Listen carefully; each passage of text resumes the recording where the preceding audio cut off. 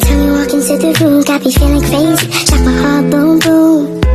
Any other boy would stare, but me I look away, cause you're making me scared. Trying not to breathe, 1, 2, 3.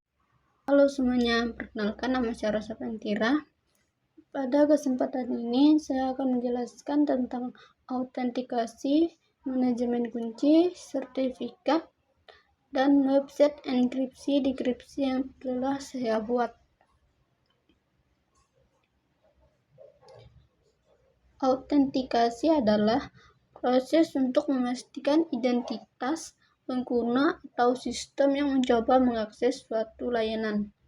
Contohnya seperti login menggunakan username dan password, atau verifikasi melalui kode OTP dan sidik jari.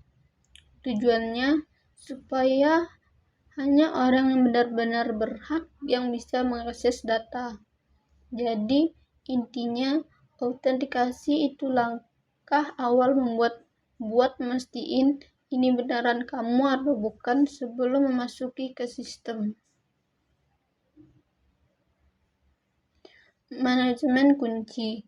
Selanjutnya, manajemen kunci adalah atau key management adalah proses mengatur kunci enkripsi dan dekripsi mulai dari pembuatan, penyimpanan, sampai penghapusan.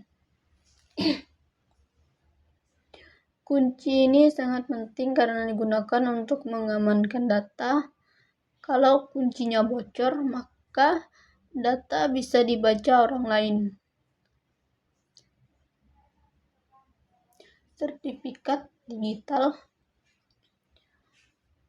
Sertifikat digital berfungsi sebagai identitas resmi dalam dunia online.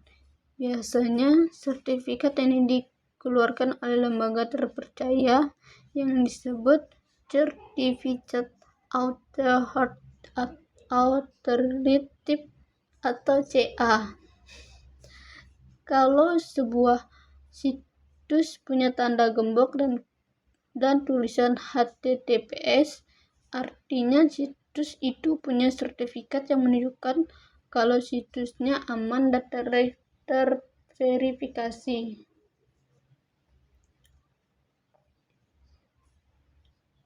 Website enkripsi dan dekripsi.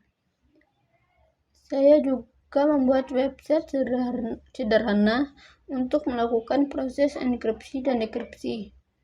Enkripsi adalah proses mengubah teks biasanya menjadi kode rahasia, sedangkan dekripsi mengubah kembali kode rahasia menjadi teks aslinya.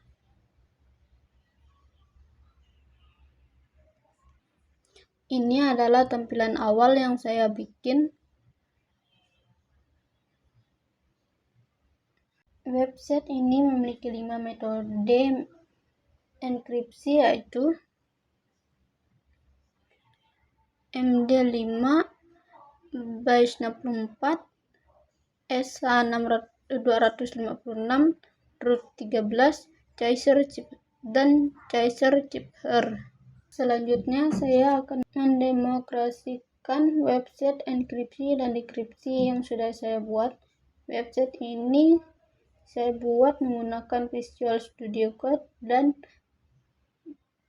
dijalankan langsung melewati browser tanpa menggunakan XAMPP.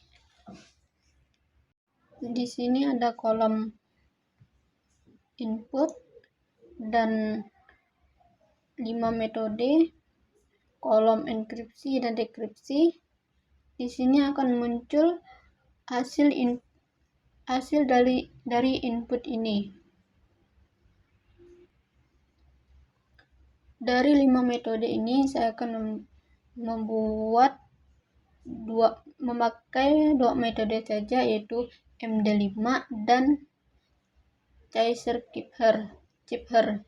Karena MD5 dan SH256 itu hasilnya tidak bisa dikembalikan lagi karena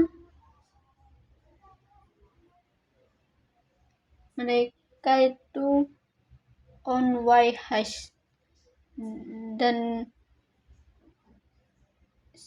seperti base64, root 13 dan Chaser Cipher ini bisa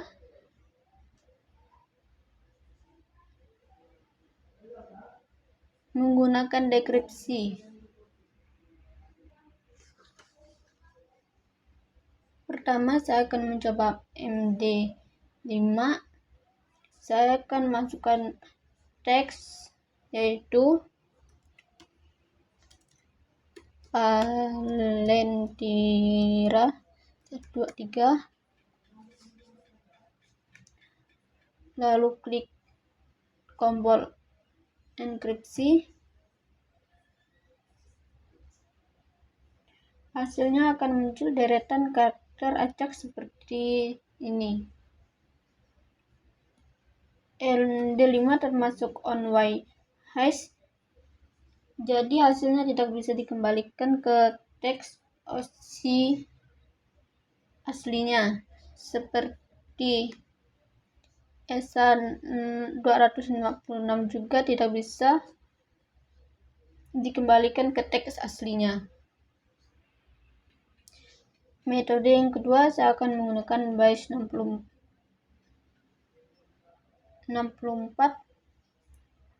Berikut di sini saya akan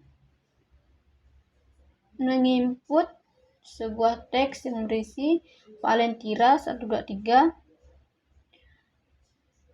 Terus saya mengklik kolom enkripsi.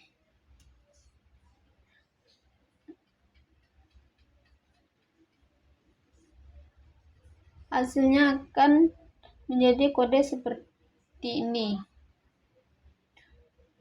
Bedanya dengan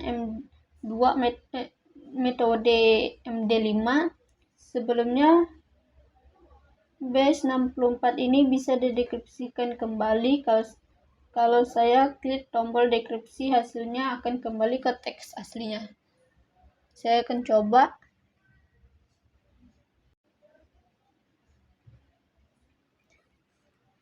Nah, di sini dia akan kembali lagi ke teks awalnya, yaitu Valentira 123, dan ini adalah teks aslinya. Jadi dari kelima metode ini bisa kita lihat bahwa MD5 dan ESA256 menghasilkan kode yang tidak bisa dikembalikan, sementara base24, Chaser Cipher, dan Wegener Cipher bisa dekripsikan ke bentuk aslinya. Semua metode ini memiliki peran masing-masing dalam menjaga keamanan data. Demikian demonstrasi website enkripsi dan dekripsi yang saya buat. Mohon maaf jika banyak kesalahan dari penjelasan video saya. Terima kasih.